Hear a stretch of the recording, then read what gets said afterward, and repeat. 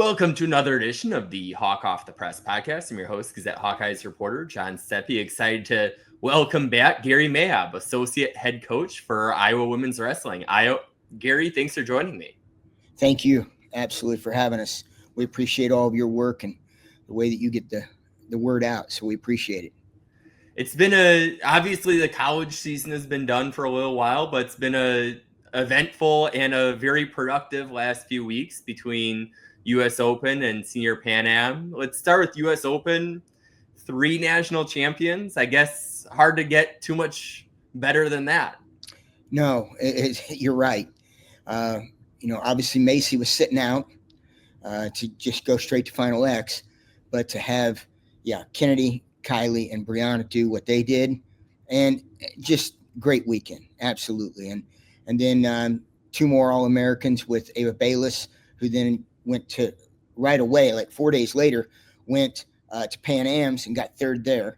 And then Emily Frost did a great job, wrestled her way through a really competitive bracket and All-American. And then now she is heading to Louisville today, along with Naomi Simon and Coach Chun and Coach Jan. So very exciting. And then to have the Pan Am success, it's like I need a chart to remember all the champions here. But with Pan Ams, with Kylie, Kennedy, and Macy all having success there, kind of how helpful is that for the program to have that success kind of really on the world stage? Well, it always is. International wins are great wherever they are. Like the semifinal that Kylie had was an Olympic 5th place finisher. And, and she really handled that bracket all the way through. I mean, she wrestled 3 matches and really was pretty much untouched. Kennedy wrestled 4 matches, pretty much untouched, and then having Macy do the same thing. And so just, her 3 matches, I mean, she finished one of them in 22 seconds. So really, they are on top of their game right now, doing very well. And what's awesome is that they trained right up through to it, because this is not where we're trying to peak, obviously. Mm-hmm. So they did a phenomenal job. Absolutely. And then for somebody like Naomi, who it seems like had a really tremendous freshman season, of what are you looking to kind of see from her this weekend in Louisville? Well, I mean, honestly, she's going to be in the thick of things. We really do believe that. And there's great competitors there. There's 3 that are, really super solid athletes. And they've won titles before. And so, but Naomi has proven this year that she can fit in that mix. And it will be, I think this will be a great test for her. And I also believe that there'll be some successes here. And then kind of looking back at the college season, obviously hard to get much better than 15 All-Americans. Kind of what stood out to you most about this group in the 2024-25 season? I think just, they know how to do business. They really do. They understand what is in front of them. They focus on what is in front of them. They don't tend to go beyond that. They're looking at the match that is on now, and whatever the next point is. And they're after to go set those up for hopefully future success. But it has been, they're amazing. The way that they do business and the way that everyone works together, 15 All-Americans is ridiculous. It's pretty awesome. And for them to do that in the way that they do it, our lowest finish was 7th, and we had one of those. But it was throughout the whole tournament, they just rose to the next challenge. We had a year ago, we went 9 for 9 in the semifinals. And then we turn around, we walk out this year, and we lose the first 4. And, it's always so much of being a champion is about the other key word that starts with a C, and that's character. And you get to find and discover the character that they have, and their character is strong. And what they did is they marched back through on the backside and took care of business and made sure their team moved forward. So just hats off to all of our women. They are, and it's not just those 15 that represented us. Obviously, it's the 32 that was in the room. So we're so fortunate. With those semifinal losses, I remember kind of what I was thinking in the media section there. Were Right. you nervous at all at that point? Well, I think that any time that, this group of student athletes, they don't lose that often. And when you take a few losses like that, it's going to turn everybody's head. And the question is, where do they come out on the backside of getting their head turned? And what they did is they turned right back around, went right back to work. And again, I think it comes down to they operate the same. It's just the Nets match now. And no one wants to go to the backside, especially coming out of the semis. You believe that you're in that to win it. And then all of a sudden you take that loss that you weren't expecting. And then now you have very little time to revamp and go back the other direction. And so they got to work, and they turned around, went right back to what they do. And they took it one match at a time, and they controlled the controllables. So that part of it, we thought they're capable of it. It's always one thing to practice, it's another thing to perform it, and they certainly performed it. It seemed like this year, maybe it's just me, but it seemed like the depth really across the country at the college level was a lot better. Kind of, what do you attribute that to, and how much more of a challenge is it when kind of the competition everywhere is getting more difficult? You hit it. It is rising at a rate that is scary. It's they do such a good job of prepping and attacking each other. The defense has gone up. You're not seeing some of the march over wins that you had in the past. And what's crazy is, in the last 3 years, it has changed exponentially. And so, for us, we look at it that what we think is happening, obviously, is the work that has been done at the national level. Coach Steiner, his staff, USA Wrestling, that group, they've put together people that when these athletes are on U17, U20, U23, and senior level teams, they're getting the best coaching in the world. And I think that and I say that because of volume, right? Mm-hmm. Japan obviously has the edge right now in the world. What they showed at Paris, that's true. But when you're looking at mass, like we're talking about, where they're hitting this lower level and the expectations are rising within these athletes, the other thing that's happened is there's a lot of coaches now that have jumped over. There's coaches that's been on the boys' side or the men's side all along, and now they've jumped over. And that's one. The other thing is that we have women now, like, and a great example of that is Marlon Dede, right? Marlon, she goes from being a great athlete, phenomenal person, to now coaching. And immediately you see differences there. And, to hear Coach Short talk about her and how well she coaches now, and we thought that would happen, but it did happen. And that right there, I think, is where the women that have come out and now they turn right around and now they're giving back. That I think is the number one. That's the number one. These others that I talked about, those were the ones that I think set the platform to let it rise. But those people that are coming out right now, they've got it down. Like Coach Dede, I mean, she has it figured out. We were, just now there's a young lady that just got through getting another transfer in at a university. It's going through right now, so I'll just let it go at that. But she's going to get this athlete, and now all of a sudden her program is going to rise. And so we're excited for everybody because it does make it. For us, I mean, you look at it that, Menlo could come in this next year, and they had more All-Americans at Spokane than we did. So they did a great job with how well they've done in the past. And now them moving over to NCAA, that's another challenge. With the move to NCAA and the question of, okay, 10 or 15, it seems like that maybe also is a challenge for you, where you were able to get a little bit of a margin for error with Kylie and Naomi, for example, at the same Right. weight. Not that you're really expecting Kylie to lose, but you have that backup plan at 5 of those weights. How does that kind of change things for you when you're possibly only going to be able to send 10 there? Right. Well, it will be a challenge, and it will be a challenge for the programs that have multiple All-Americans in their room. And we will, fortunately for us, have more All-Americans than we will have spots next year. And that right there does pose a challenge.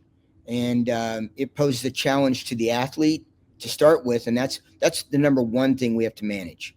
We have to manage how they feel and how they're progressing, and are we developing them along with hopefully that number one person that we're sending, right?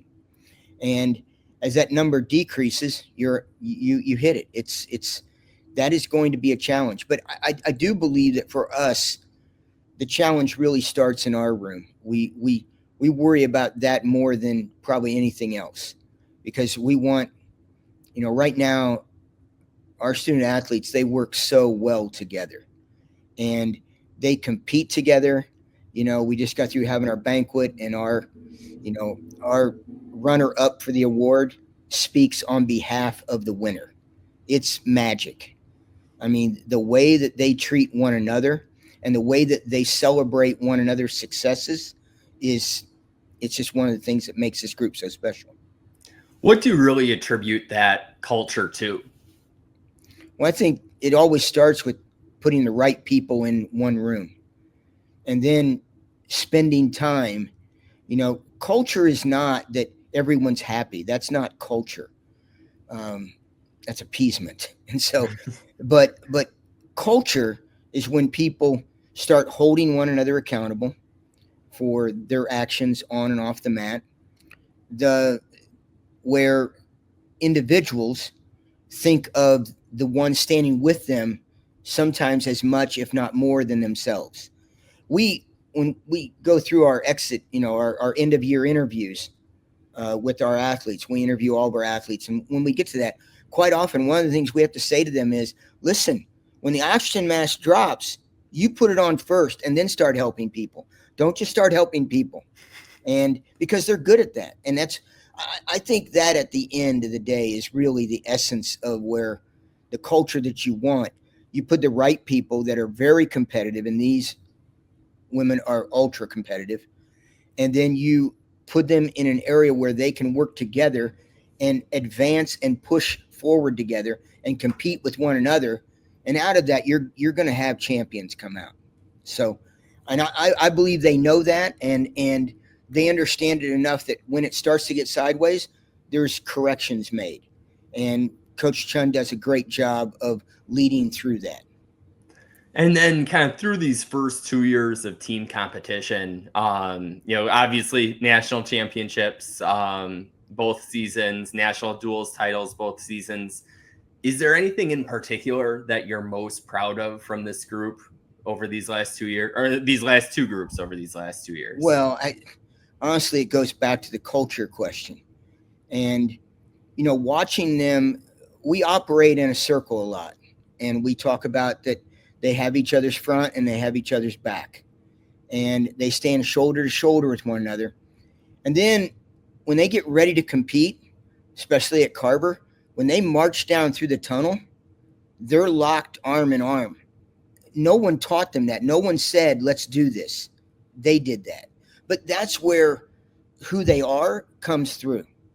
And I think that's probably the moment that really strikes me the most, is because that first time out of the regular tunnel, when they were locked arm in arm through, and then they just walked down, it was very powerful.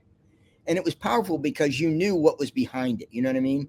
Each one of them is going to go out and take care of business their best way. but they know that they are a part of a unit, and that gives them, I think, again, when we compete for a cause greater than we are, then we're better off. Okay, and we can produce more that way, both because of numbers, but also because of effort. So that's probably the thing that strikes me the most. How does the kind of dynamic play out? I'll use 145 as an Yeah. example, where Okay. you have such a deep group at Right. that weight. You've got Reese, a former national champion. You've got Macy, the reigning national champion. You've got Ella. You can kind of go down the All list. American. Yes. Yeah. So how kind of does that dynamic play out where you've got so many, really competitive, all of them probably think they're number one in that, but, still, kind of producing that culture. Well, I won't use the names, but like, a couple of days ago, we're in the room, and I think it was last Friday, maybe, and we're RTC practice, and get done, and two of our women in and around that weight class are up talking to one another, and they talk for like 30, 40 minutes. I'm working through a couple of things with other athletes, and finally I walk over and I'm like, what's going on? What's up? And they're like, oh, we're just kind of milling through trying to figure out how we learn more from Macy. And I'm like, okay, let's talk about this. And it was awesome. It's like, both of them are saying things like, coach, she is so heavy handed. I mean, she just puts weight on it, and we're looking on how we can get in and those kind of things. And one of the things that we do is we really separate. Like, we will watch film with any of our women, but what we won't do is we won't watch film when they wrestle each other, like in opens or tournaments. We won't do that. We just we draw a line there, and we'll watch any film you want, and we'll break it down for you. But we won't do it when you're with a teammate. So it's not about that. That's my point, is that what they're doing is they're saying, I'm learning from her, and I'm learning at a rate that is much higher than, I mean, first of all, again, if you were wrestling against Macy, you get to wrestle her. Okay, let's say on a good year, you get to wrestle her 2 times. Okay. These women know they get to wrestle her every day. And there's times where they can call her, or she'll call them and say, I need a workout. I'm getting ready for Final X, and come in and go partner with them. And that's a 1 hour, 15-minute session with just her. And it starts that way. But then the same thing is happening on the next one, in our lineup right now, which is Reese. And like you said, defending national champion. She does business the right way. And she turns around and she's learning there, and then others are talking about her, right? And so that's normally how they handle it, and that's what's been so great about this. You were mentioning with Marla and Didi going from wrestler in your room to now an opposing coach. Right. Did you see kind of the coaching aspect to her when she was in the room? Absolutely. She is so good with other people. One of my favorite pictures is very early in this process. I mean, we're talking about we're probably early October 2 years ago, and we're over in Gable Complex, and into the night, get done with RTC practice, and I just snapped this picture of her talking to Lily Luff. Now, Lily was an incoming freshman at that time, and I mean, Lily is like totally dialed in on her right then. And that's an athlete. And it's an athlete that's only been with us like 2.5 months at that point. And so, she's already sitting down with other athletes and going through stuff with them. And,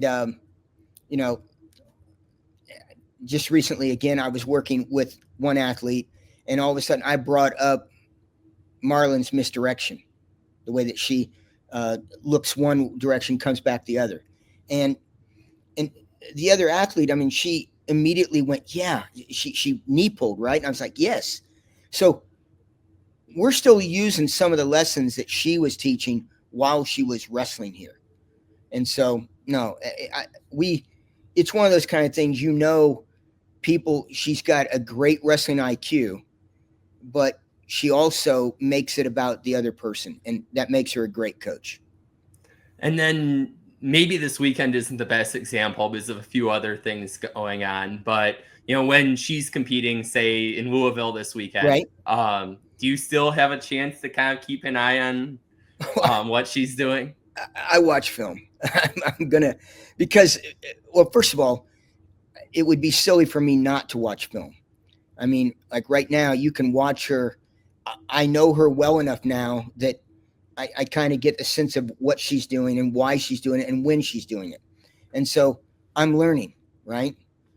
Because I have a little bit more with her than I would another competitor. I watch a lot of competitors, and I start figuring out a little bit of pattern here or there. But with her, I know a little bit more on the pattern. And so watching her, I pick up on what things she's changing, how she's adapting to things. And I love that part of it, because it's one of the things that makes her such a strong athlete. I mean, she can wrestle first period one way and turn around and go back out second period and make full adjustments. And the best of our women can do that part, right? And so I of course, I love watching and learning from them. And it's not just her, it's others, but she's one of the easier ones because she was with us. You know what I mean? Mm-hmm. So. And then kind of going the other end of the age spectrum from, already graduated to your youngest players. It seems like, we talked about, or wrestlers, excuse me. You're fine.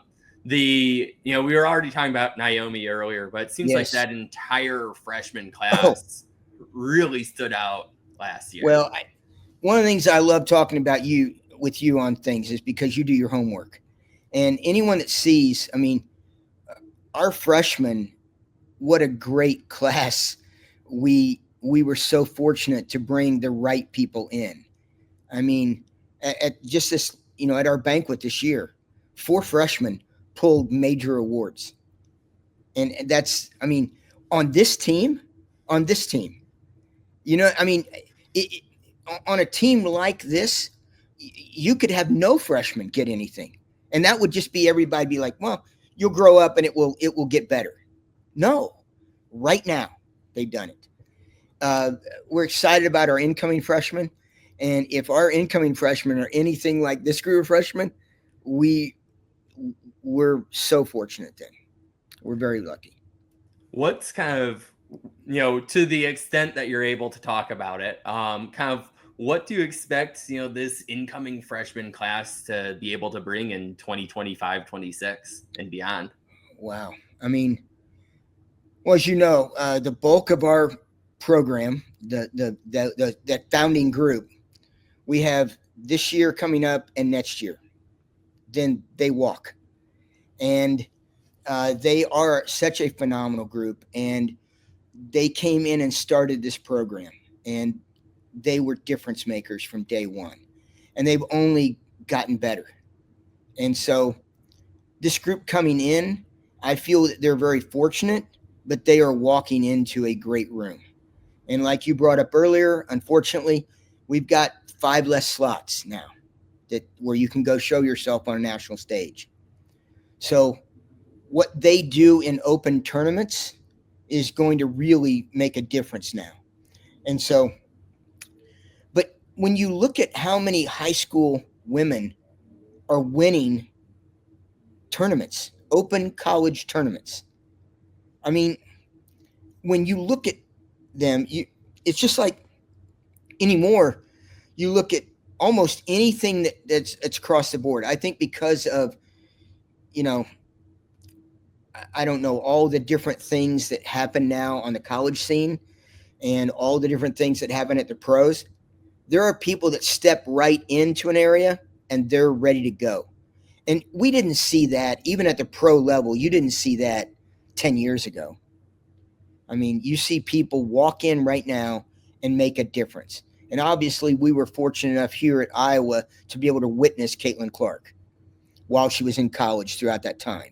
And she was more than professional ready. And so when you have people like that, unfortunately, that's the new standard.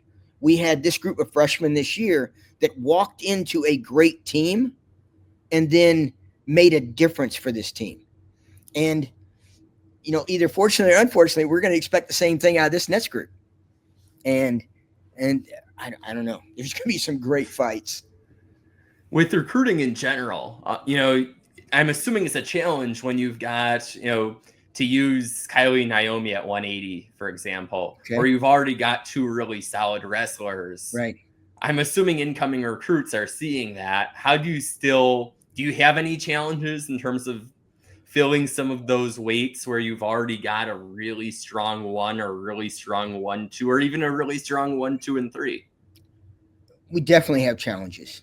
Our challenges are different than other teams, but other teams, I know sometimes they'll joke with me, but they think that we don't have any challenges, right? We've got several challenges that we've got to meet daily. I mean, our coaching staff, we met for like 4 hours yesterday over just 2 topics. And one of the biggest ones was over a recruit. And so there's a lot of work there. And what you have to do is you have to find the right one, right? You have to find the person where you can say out loud to them, you know who we have at the weight class? Yes. Okay. And you still want to come here? Yes. All right, here we go. Because we've watched them, we've met with them. Most time we bring them onto campus. We get to know them a little bit. We try to get to know their family. But at the end of the day, we're still trusting that they can walk into a really powerful room, hold their own, and then start laying down some foundational work that allows them to gain some stability. And if they can become stable and then secure in that room, then they can move towards success. And that's what we had out of our freshmen this year. And we're, unfortunately for them, we're going to expect the same kind of thing out of this next group. And I'm amazed that you can walk from high school straight in to not just any program, but a great program. And there's several great programs across the country. And when you can do that, I think that's the other thing that we were talking about right at the very beginning of our talk about how much talent is out there, and that talent is now coming into college. And when they come in, they're not sitting back. They're not, well, I'm going to wait my turn. There is no wait to turn. They come in and try to impose their will. So it's pretty amazing. Then one of the questions that kind of is always lingering there in terms of, as you're in the only Power 4 women's wrestling office right now, kind of what would be your pitch to an athletic department that's considering women's wrestling, and what do you think it would add to the sport if, whether that's somewhere else in the Big Ten or one of the other power conferences, if they were to make the investment in women's wrestling? Well, the one thing that, because the sport is the fastest growing numerically right now, and because now it has become the 91st championship program or championships for the NCAA, and now the NAIA has their championships well established now. And so I think that, it's one of those kind of things that I'm hoping that there's enough push to say, we want to join this group of people. We want our university to be recognized, and we want to provide an opportunity for female wrestlers to get that same opportunity that's across the aisle from them. And the University of Iowa, because of their support of women's athletics in general, and then the absolute long-term success of the men's program here, has created a culture of wrestling throughout the state. And the state has such a rich tradition in about every school. Again, I believe Iowa is the only state that has won national titles at every single level of college wrestling. And so when you have that happen, whether it's NAIA, JUCO, Division III, it doesn't matter. they've been successful. And we don't have a richly populated state. So the people that are here, they love this sport. And so that crossroads of women's athletic support that started in 1973 with the Title IX part that we our AD Dr. Grant co-authored some of that. Then you look at that, and then you mix that with the tradition that they've had in women's athletics here, and then you stick wrestling on it. It was just perfect for us, right?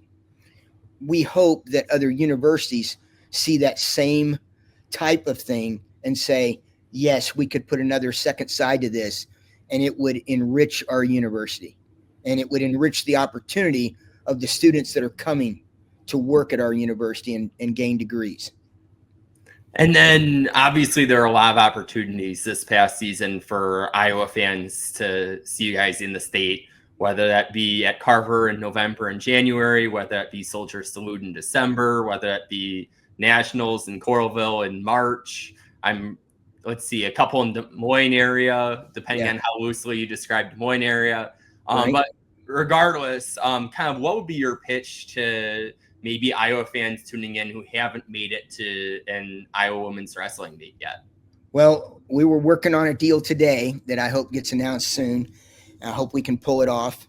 But, we are attempting to do an awful lot in this state because, first of all, again, a year ago, we set a world record for a women's duel.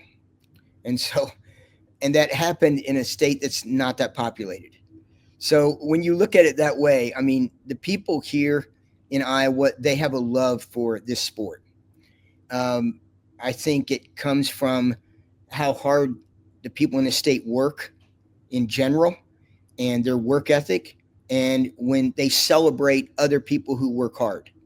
And if they come to a duel, they're going to witness us working really hard.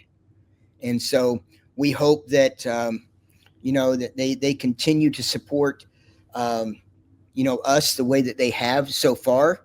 And we will work harder than we are now to try to put even more opportunities for them to come watch great wrestling on the women's side. They already have great wrestling on the men's side. The universities that's in this state are great at what history they have. And so what we hope to do is provide an opportunity, get out in the state, and we're going to try to do the same thing next year. We have a very regional schedule. If we can hold true with what we've got on plan right now, we have a very regional schedule like we've been carrying. So we're very, very lucky in that area as well. Well, Gary, thanks for joining me. Well, we appreciate you and your work, so thank you. And thanks to our listeners for tuning in to another episode. Until next time, we will talk Hawks later.